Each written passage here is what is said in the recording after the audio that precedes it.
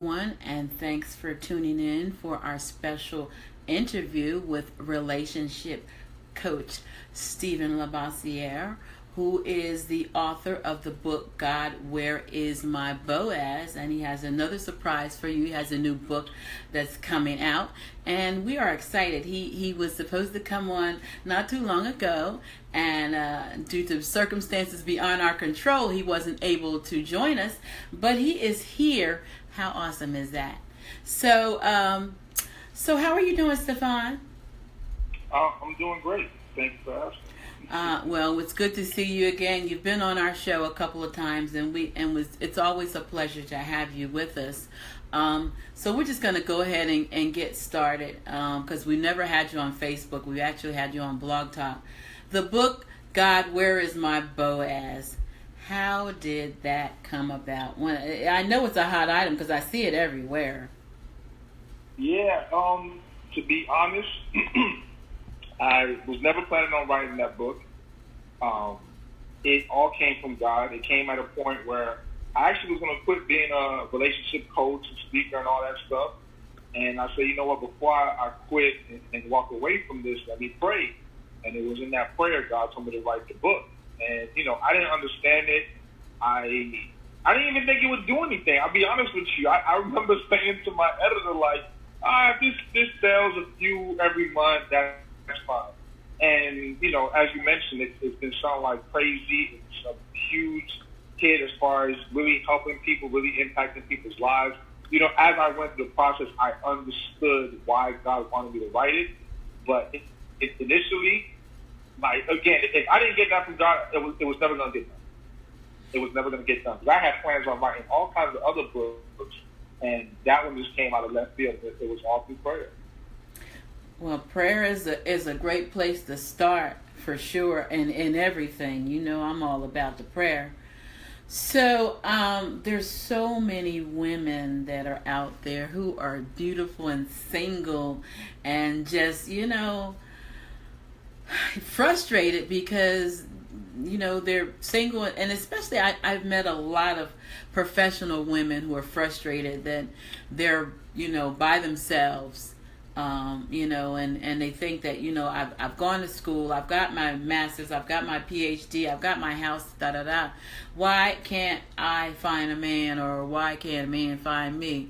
Can you talk to that a little bit?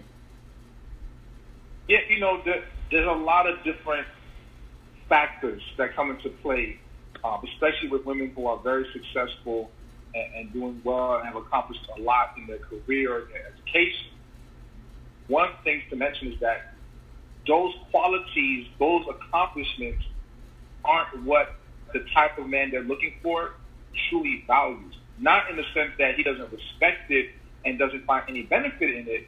However, that's not what's going to draw him to a woman. That's not what's going to truly attract him. So I think what happens a lot of times is I'll meet a lot of women, and they will express how they feel that they're a good woman, and they'll list all these attributes in regards to education, success, degrees, and I'm like, that's not what he's looking for. He's looking for love, support, femininity, all these other things that sometimes you kind of lose a grasp of when you're in that corporate world, when you're in that grind that a lot of women are going through. It's hard to turn off that professional switch and turn on the relationship switch. And they take that work energy home with them, and that creates a lot of conflict in their relationship and in the men they're attracting.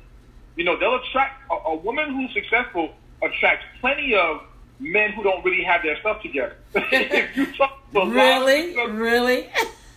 they don't have a problem attracting that guy who's looking for a handout, or who's simply just not at her level as far as what he has done, because he will find greater value in her financial standing, in what she's accomplished. However, if she's looking for another successful man or another man who has his stuff together, he's not concerned about your money. He's not concerned about your degrees. He's looking for something else, and we have to not lose sight of that while we're accomplishing other great things in our lives.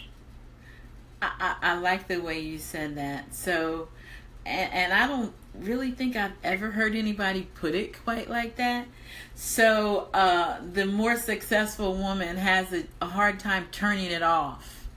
It's what you're Yes. saying. Once she's out of work, she wants to still be in control, and she won't let a man be a man. Is that what you're saying?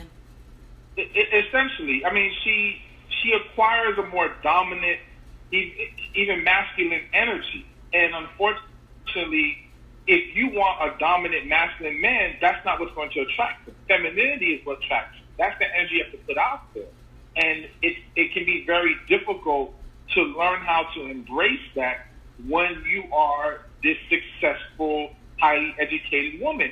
Not to mention, if you're a woman who's been through some things before and you haven't fully healed, you start to view femininity as weakness, as something that someone will take advantage of rather than as your true power. And so a lot of women run away from that energy rather than embrace it, and it shoots them in the foot, whether they realize it or not. Ooh. So, what advice? I mean, how do you turn it off? How do you turn it off? Mm-hmm. You turn it off, but first you have to be mindful of it. You have to be conscious of what kind of energy you're putting out, what you're carrying with you into the relationship. And if you're struggling with embracing the more feminine side, the more loving side that you need to bring to the table, then we have to dig deeper and find out what's causing the blockage. Is it that you've been hurt from a previous relationship and haven't healed from it? Maybe it's something from your childhood. Maybe it's just negative perceptions of men and relationships that you hold on to. Because if you think all men are this, that, and the other, well, you're going to always be very guarded when you deal with them. And that guardedness is going to create problems. I always say the same walls you have up to protect you are the same walls blocking your blessing. So we have to dig deeper and figure out what is causing this, what has contributed to your struggle with embracing that energy. But it all starts with, first you have to be mindful of it. And you can't make any excuses for it. You can't try to rationalize it. You have to understand that there's a certain energy required for successful relationships, and there's a certain energy required for successful business. They're not necessarily the same. However, I would encourage success to understand that there's this misconception that you have to be this tough, masculine, even the B word in the corporate world to get ahead. And I argue that that's not really the case. If what's getting you ahead is your work ethic, it's the result that you're providing. It's better. They can't deny how good you are at what you do. If you combine that with feminine energy, you combine that with the sweet, loving, charming energy that a woman can have, well, you will become a powerhouse. And you would actually move further up the ranks and faster than your coworkers or than your peers. So I think there's just a lot of misunderstandings of the energy that we're carrying, the energy that we're presenting in certain situations, and how it's affecting whether it is our work or our relationships.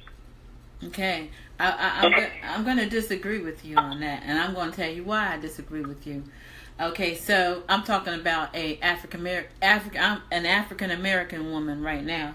So and I was in the corporate world, and mostly all the times when I went to meetings, it was white men. That's what it was.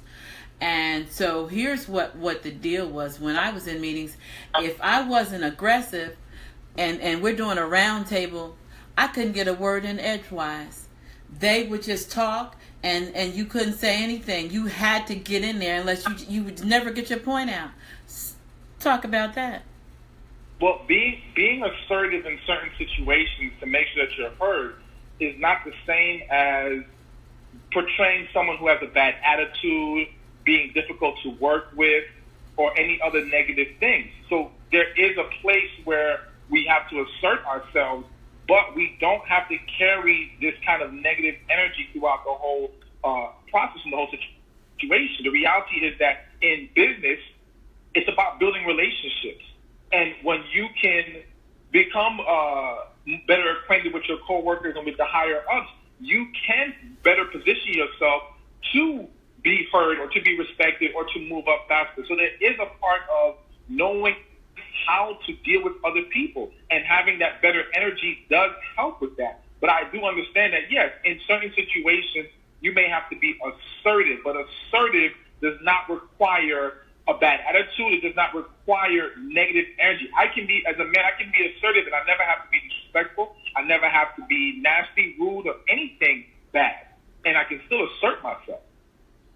And I can say, as a man, you may not have a full grasp of this, because the reality is, sisters, and this has happened, and I'm sure that there are sisters that can tell you, if you start being sweet, that sweet thing, that can turn to sexual harassment. Because men take, if you start, this is what I found.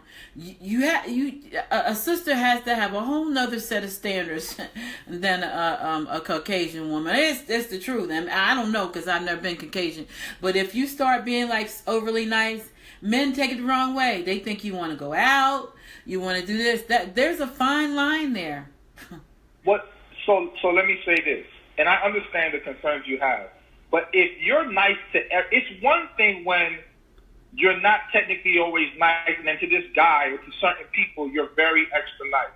That can easily be interpreted or assumed that maybe there's interest or whatever, even if there isn't. However, if your personality is always nice to everyone, it becomes less likely. I'm not going to say that there's not going to be still opportunists, so to speak, who will want to make themselves believe something so that they can try to take advantage. However, when you're always this nice woman and you're viewed as that overall, it's less likely for someone to single themselves out and say, oh no, she likes me personally, she wants something with me personally. And again, we can be nice and still set boundaries.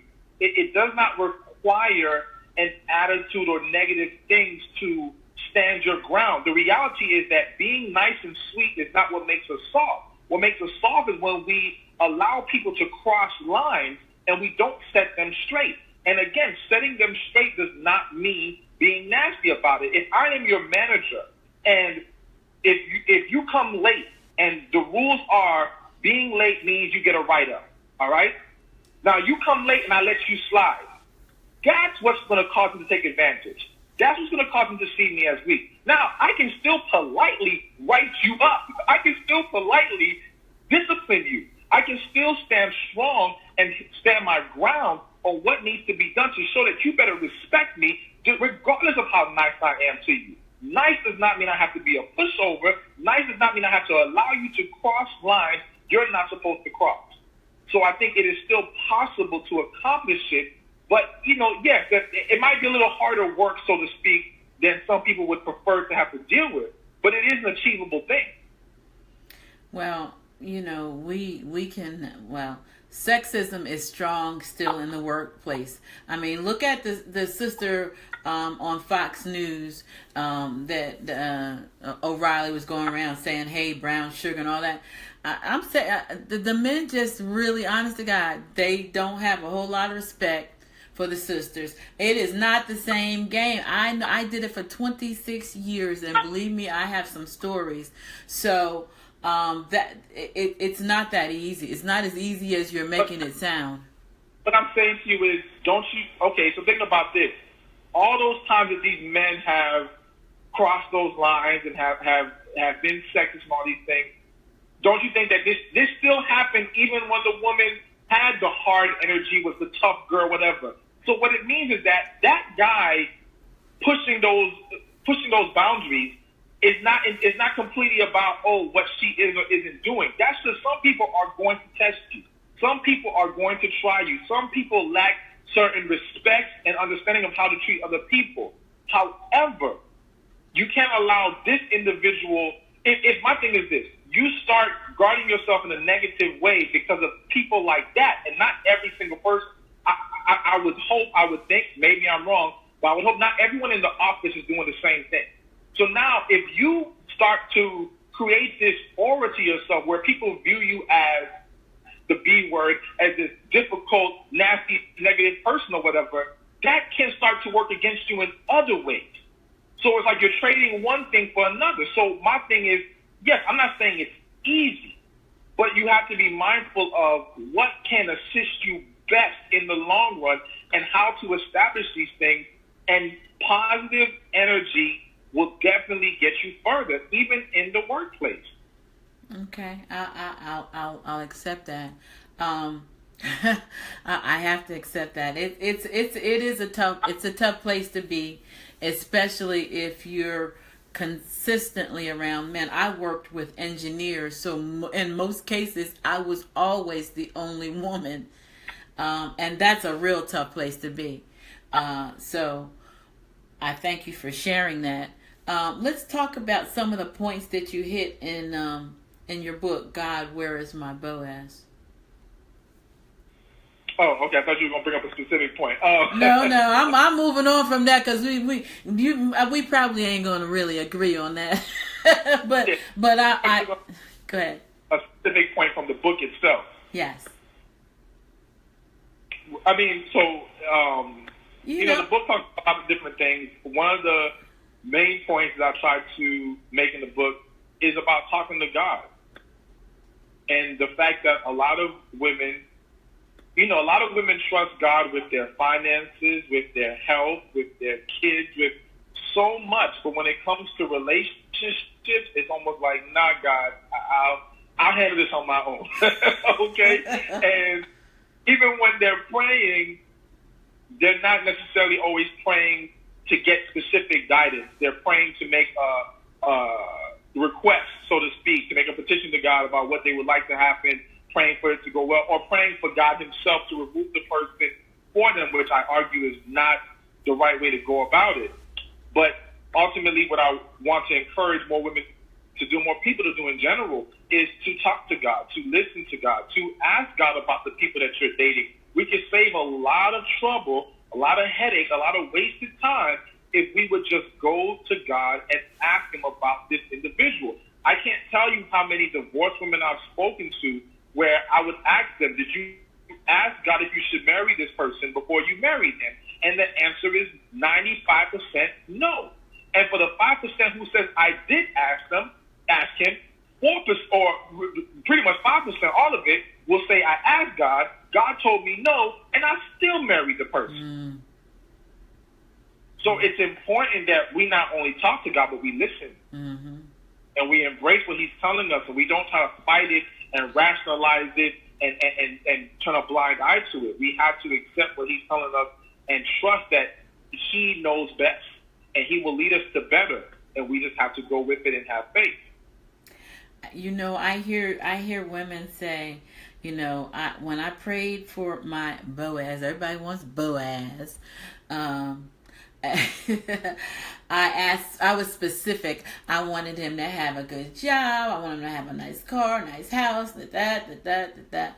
What do you think about that?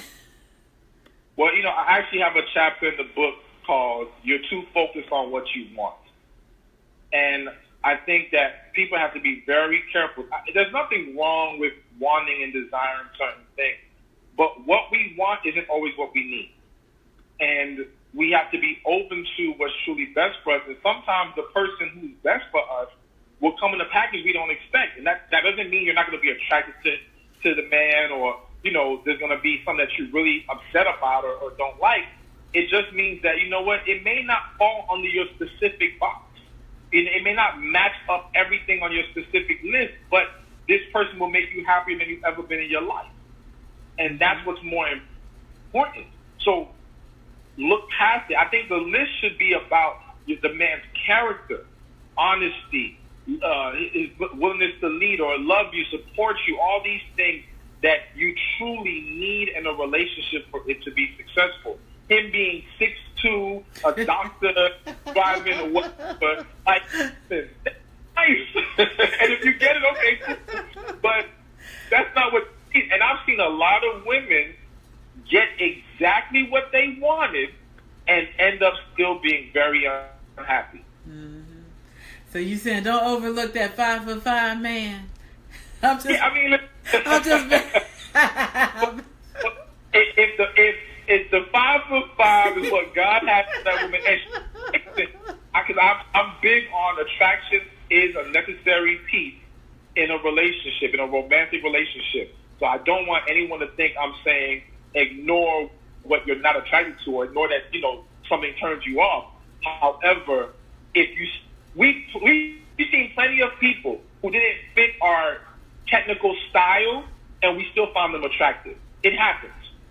So as long as you find that person attractive and there's a genuine connection there, then don't get too caught up in all the other little details. All right, and I agree, but I can't do 5'5". I'm sorry. I'm 5'6 3/4. That's not gonna work, Stephan. I'm just messing with you. No, that might be no Prince Charming. I'm just kidding. If no, really, you're telling the truth, honesty and integrity. Because you know what, you get a 6'5" man is the biggest liar and schemer. Oh my God! Look, keep him. I'm gonna be real with you. Keep him. I can't do it. So you're right. I was kidding. I really wasn't kidding, but I was kind of kidding. Yeah. Okay, so what's another tip that you can give? And we're gonna give out the information because I know the ladies and maybe some of the men wanna purchase the book. So what's another good strong tip in the book? Just about preparation. You know, you got to prepare for the blessing you're praying for, and so. A lot of times we think we're ready and we're really not. And we have to humble ourselves and we have to go before God and say, okay, what do I need to do to receive this? What do you need to, prepare? What do you need me to embrace in my life before this can come into fruition? Because there's work that we have to do. You know, as they say, faith without works is dead. So we have to understand there is an effort on our part that has to be made. However, you want to speak to God about what exactly that is. And sometimes when we self-evaluate and we really surrender ourselves as far as hearing God and as far as humbling ourselves and realizing there's always room for improvement, you might be surprised at what could improve in your life. You might be surprised at what is still off that could create a problem in a relationship that needs to be cleaned up. So you have to be willing to prepare and to look at yourself in the mirror and to truly do the work on you. Because there's a lot of people that say, oh, I'm working on me, I'm focused on me, and they're really not doing anything. Mm-hmm. They're just letting go past them by. Do you think, I've heard people say, until God sends it, your Boaz, there is a lot of stuff that you can do to improve yourself. So you think you should be doing all of that stuff at whatever it is?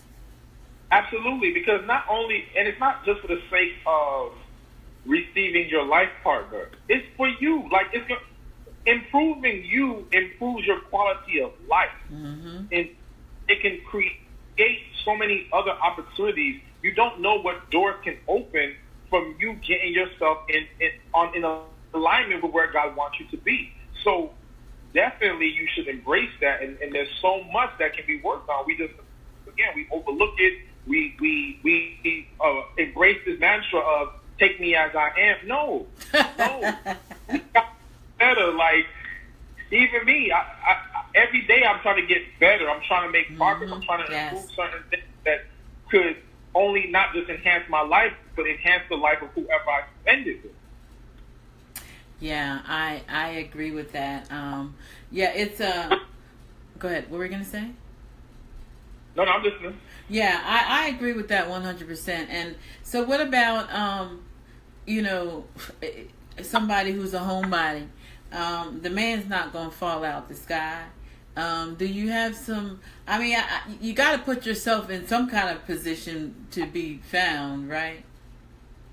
Yeah, and just understand that putting yourself in a position to be found doesn't necessarily mean that you got to go out to the lounges or clubs tomorrow that, got to be running the streets.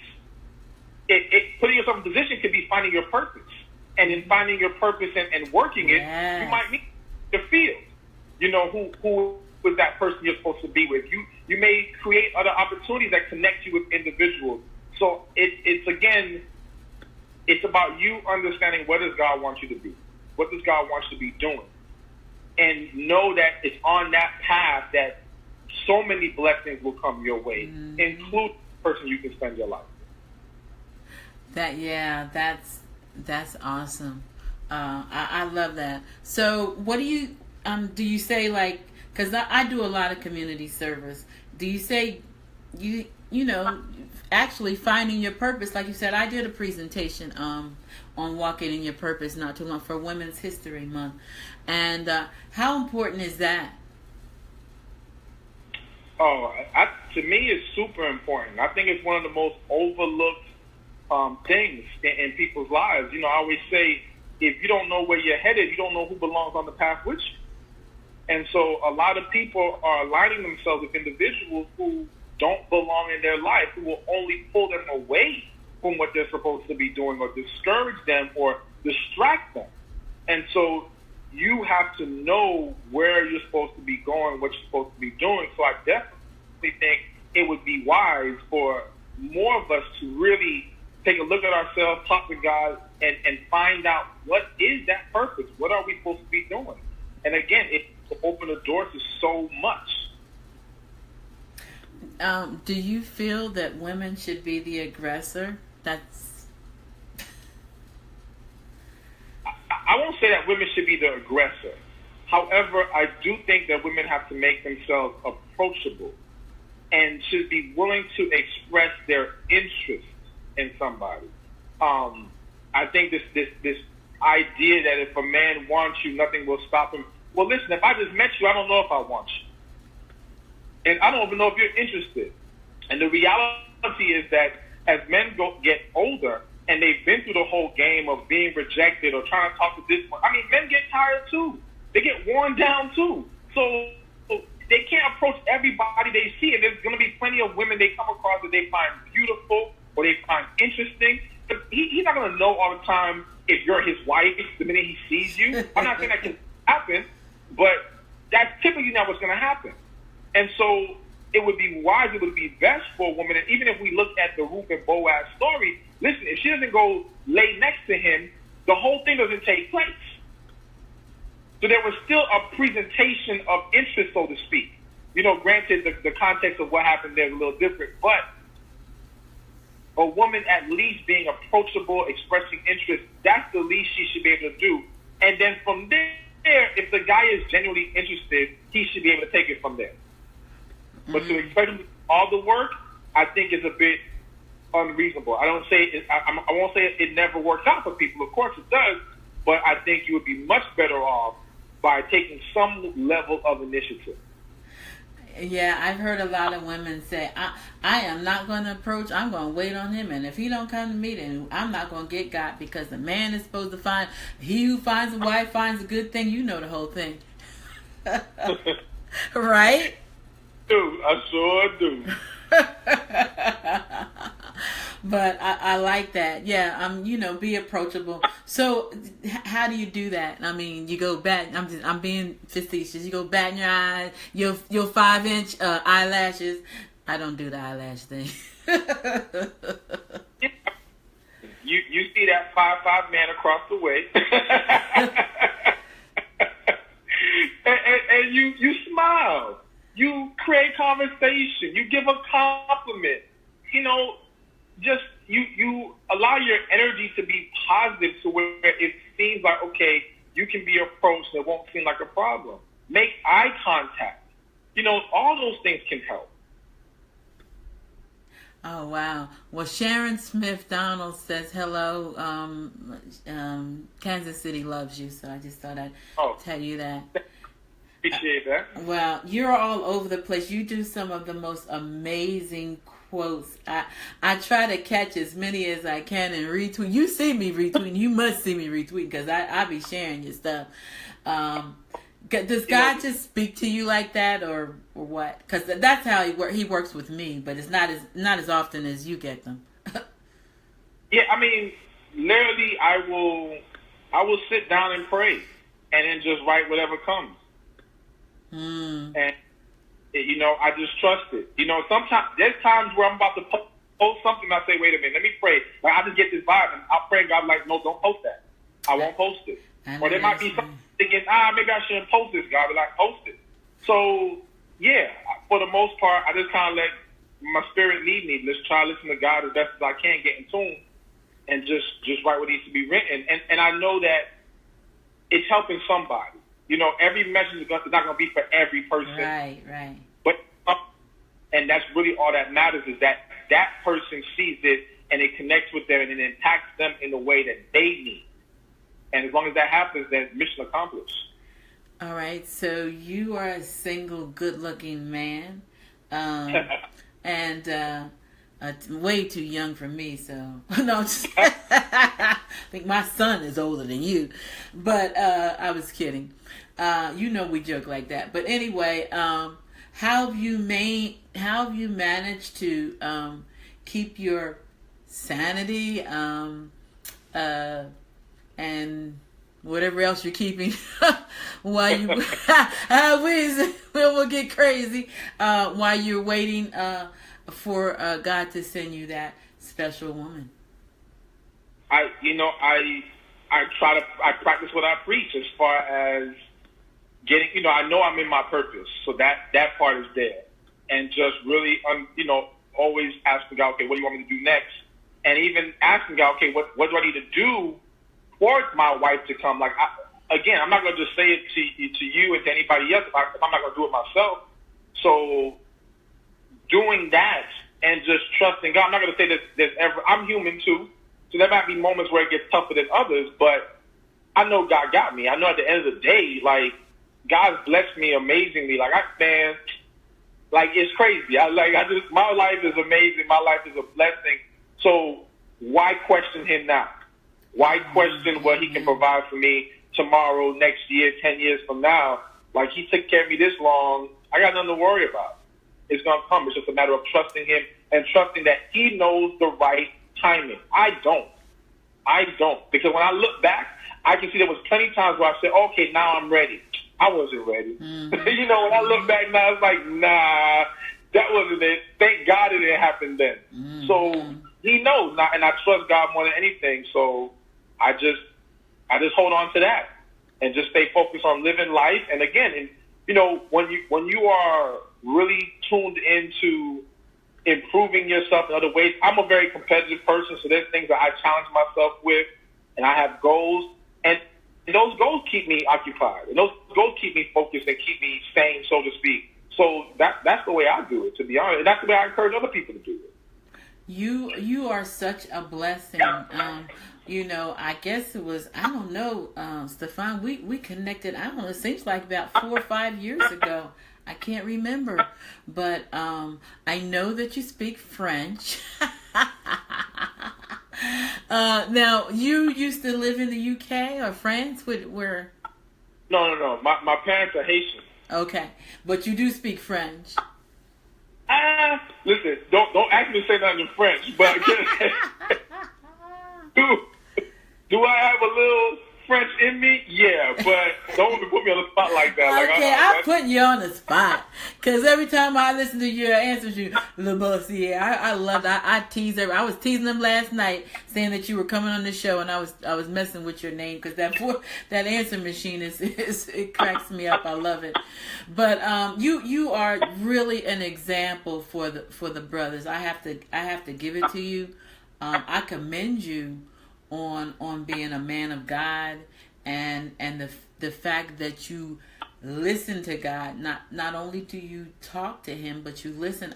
A lot of us have problems. Listen, we want to talk, and that's not just to God. That's to anybody. You know what I'm saying? Absolutely. So it's that's a great tip. I know that you have a new book that's coming out. Let's talk about that because we got about 15 minutes. Okay.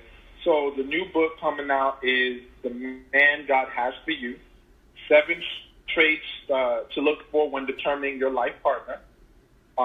It's actually an ebook I have right now. So right now I have it in ebook form. If you want the ebook, while it's currently at 99 cents, you can go to www.themangodhasforme.com. But, I have prayed about it, and I decided to, through God's direction, make it into a full-length book and go more in depth and to add some additional chapters that I felt really need to be addressed. Topics like the whole there's not enough men in the world for all women. Everyone won't get a Boaz, which I so hate when people say that. But, talking about that, talking about the issue of settling and really explaining why. Because it's one thing to say don't settle, but I need people to understand why you're not supposed to settle, the ramifications of it.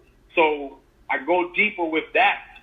and just really breaking down things that you are supposed to look for, that you have to be mindful of when determining, is this the man God wants for you? And again, it's a book that I literally, every chapter, I would pray and just boom, let it go. I would just ask God, okay, lead me, tell me what you want me to say here, and let's just roll with it. And then just boom. And I feel very confident about how impactful this book will be and how much it's going to be able to help a lot of people. Mm-hmm.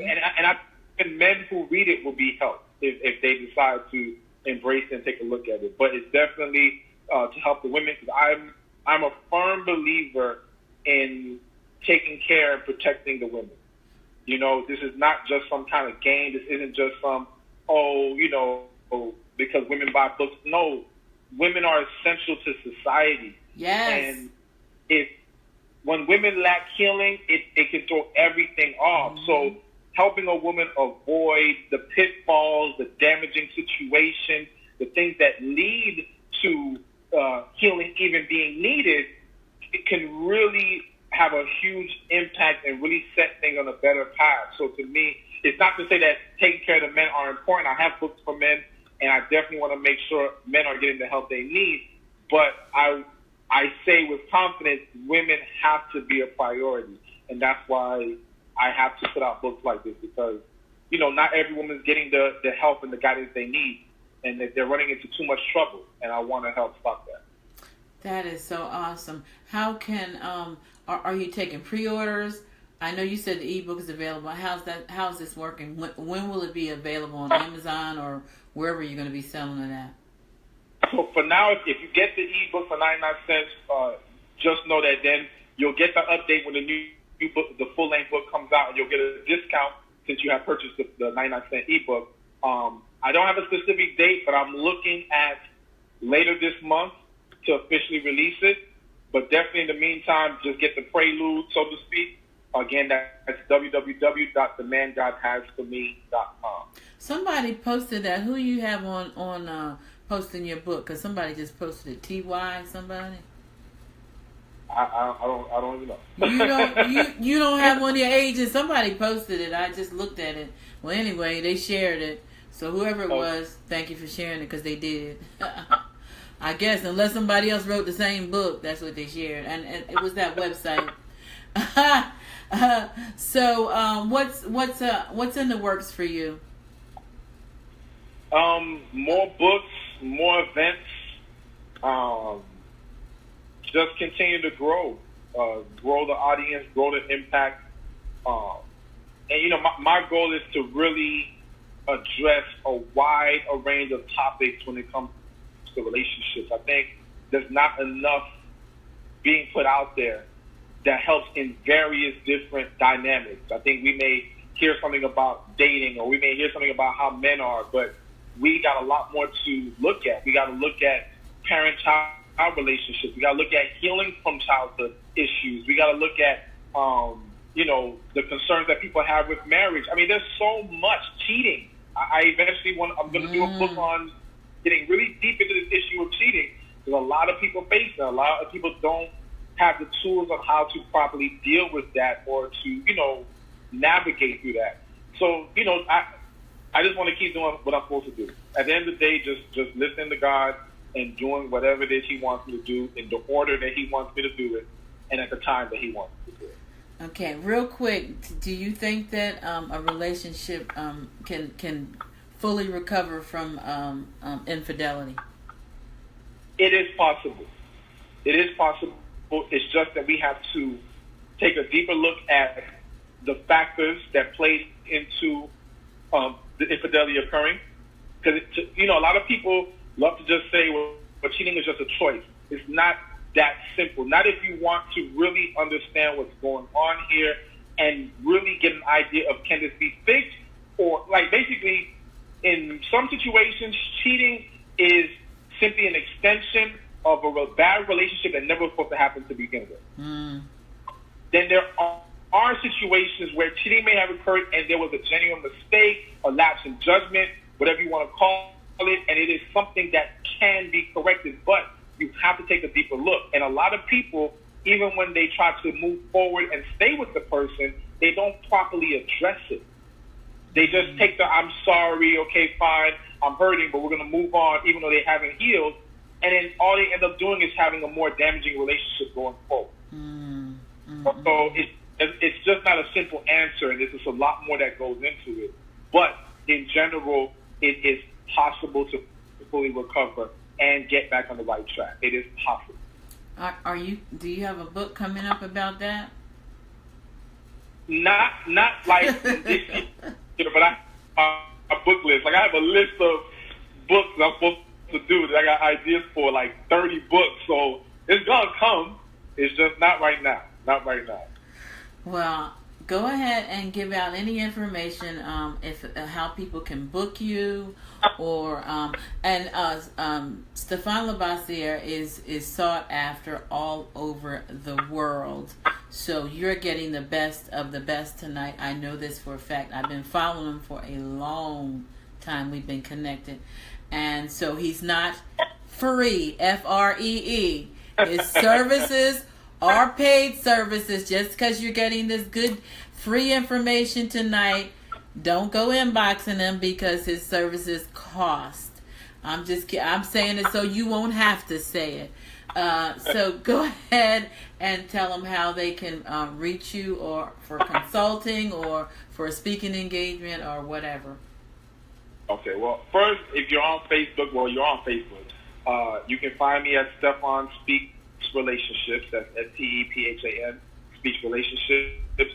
For booking for events or even for coaching services, you can send me an email at booking@stephanspeaks.com. And I can send you all the details and information if you're interested. Definitely look forward to hearing from you.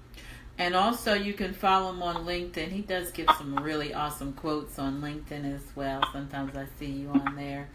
And he's on Google Plus. We're on Google Plus too. So a lot of times I share your stuff on Google Plus. It's always Stephan Speaks, right? Yeah. Okay. Well, we certainly do. Thank you for taking time out of your busy schedule, because I know you're busy. Are you completely healed from your the accident? What accident? Oh, when you hurt yourself and you canceled on me the last time. Oh, yeah, the weight falling on my chest. I want to say I'm 98%. Sometimes I still feel a little bit of a soreness when I go back to the weight room, but for the most part, I healed up. But yeah, no, that thing really, it hurt when it happened. I don't think I talked to you, but it seemed like it was hurting, so I let you off the hook on that one. But anyway, just know that we are praying for you. We thank God that you're open to coming on and giving some advice to our over 1 million fans, and we wish you nothing but success. I still want to get together and put together a presentation. Actually, we have. Do you know Keith Brown in Atlanta? It's not ringing a bell. Okay, well, he's with BWE, and he speaks all over the world too. And Dr. Jessica Houston, we have a chapter, so we might be able to pull something together. I'm hoping that we can. We're going to work on it to do something in the Atlanta area. I'd love to do that. All right, sounds good. All right, well, thank you so much, and God bless, and you have a good night until we connect again. If there's anything that we can do for you, you know you can always reach out, okay? All right, thank you very much. All right, thanks a lot. Good night.